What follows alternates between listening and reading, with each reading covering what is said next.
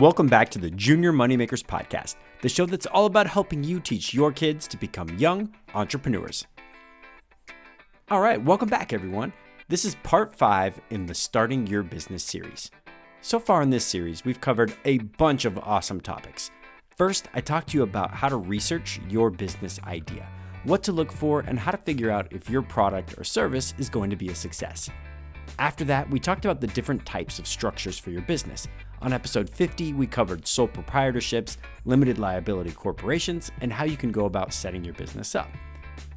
A few episodes ago, we talked about how to plan your startup, what you're going to be looking for, and then eventually we talked about earning the different costs that you're going to need to get your business off the ground. Today, we're going to branch into a different area and talk about how to name your business. Some people get really tripped up by this, and this is a question that I get asked literally all the time. Naming your business shouldn't set you back. In fact, at this stage, it's really easy to do. So on this episode, I'm going to rehash a few tips I gave you back on episode number 8, and I'm going to talk about how to go about legally registering your business name. So now that we know where we're headed, let's jump right in. Okay, first and foremost, remember that naming your business shouldn't be that hard, so don't overthink it. There are some really clever names out there like Burger King, for example, but most of the companies that you know and love don't really have amazing names at all. Think of things like Apple, Disney, McDonald's, Keebler, Coca-Cola, and even Hershey. Though the names themselves are not really that amazing or even clever, just hearing them brings their products immediately to mind. I'm sure you know what every single one of those companies does, and honestly, that's all that matters. What you want is a name that people can remember and associate with you and your reputation. For almost every kid business, I highly recommend sticking with your name and some variation of what you do. While this doesn't serve every business idea, for most of you, this is definitely going to work. There are some really successful kids out there, and I'm going to give you a few of their names.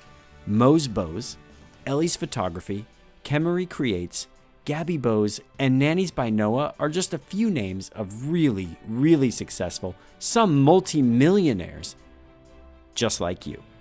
So, if you're struggling to find a business name, just use yours and tack on your product or service at the end. You definitely can't go wrong.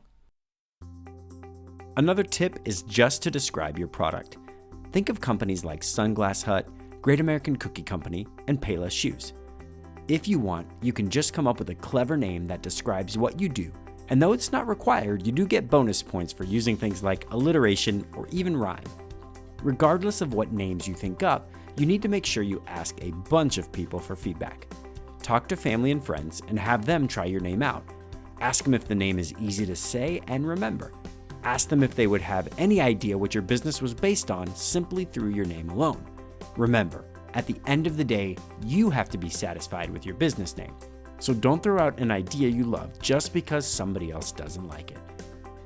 Okay, not a super deep dive into naming your business, but remember, for most businesses you're running, simply using a combination of your name is gonna work just fine. What I want to explore a little more on this episode is some of the legal requirements for naming your business. I know, you're really excited now. Let's do it. Most states have some type of requirement for naming your business.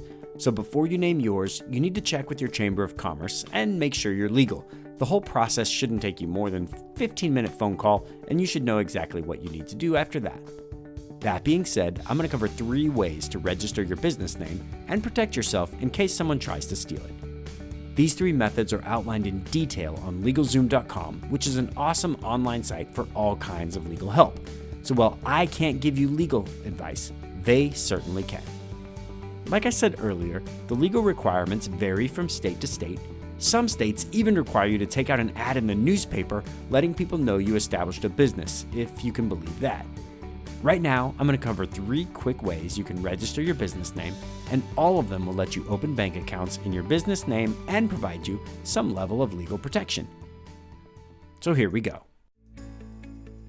First method, do nothing. I like this option a lot, actually. Unfortunately, it only works if your business name is your name.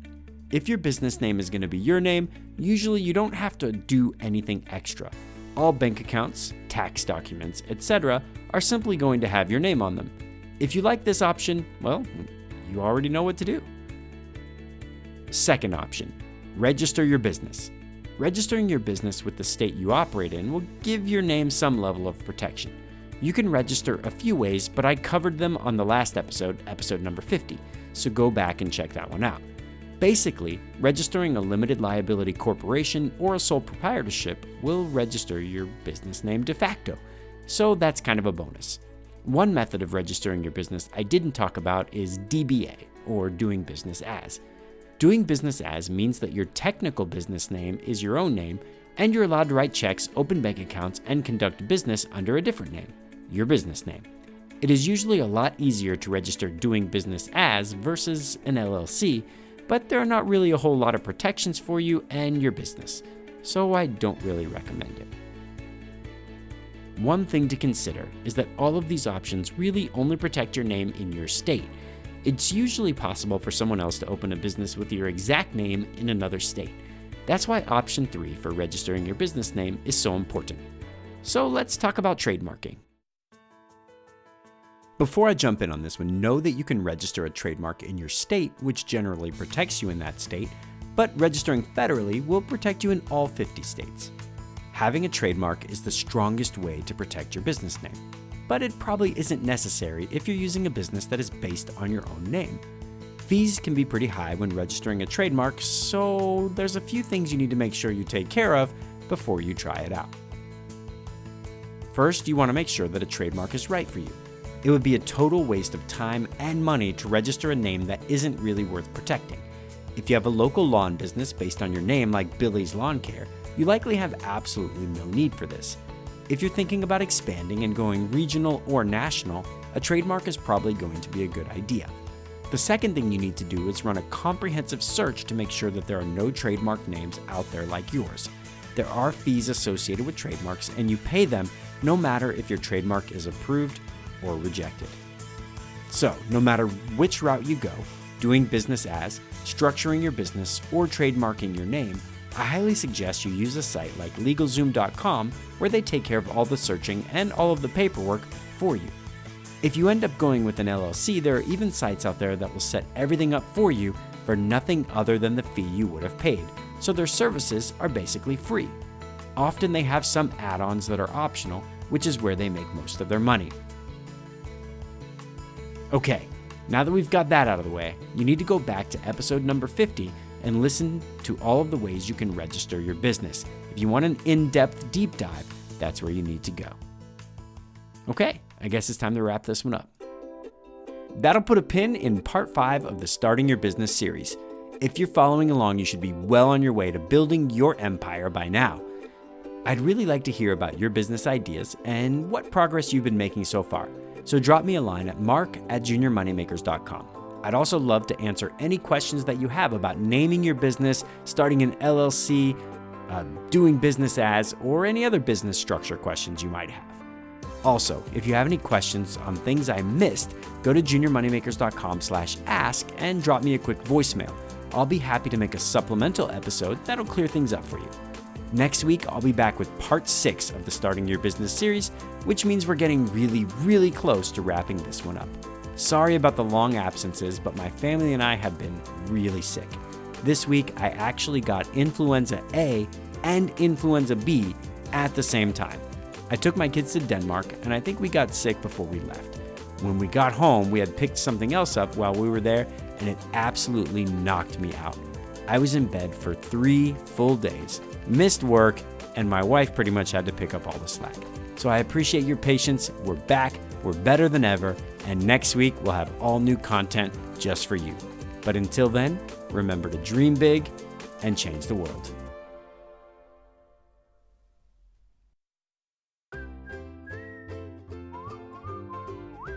Oh, before I go, I forgot to tell you, this week I swallowed a dictionary. It gave me the sorest throat I've ever had.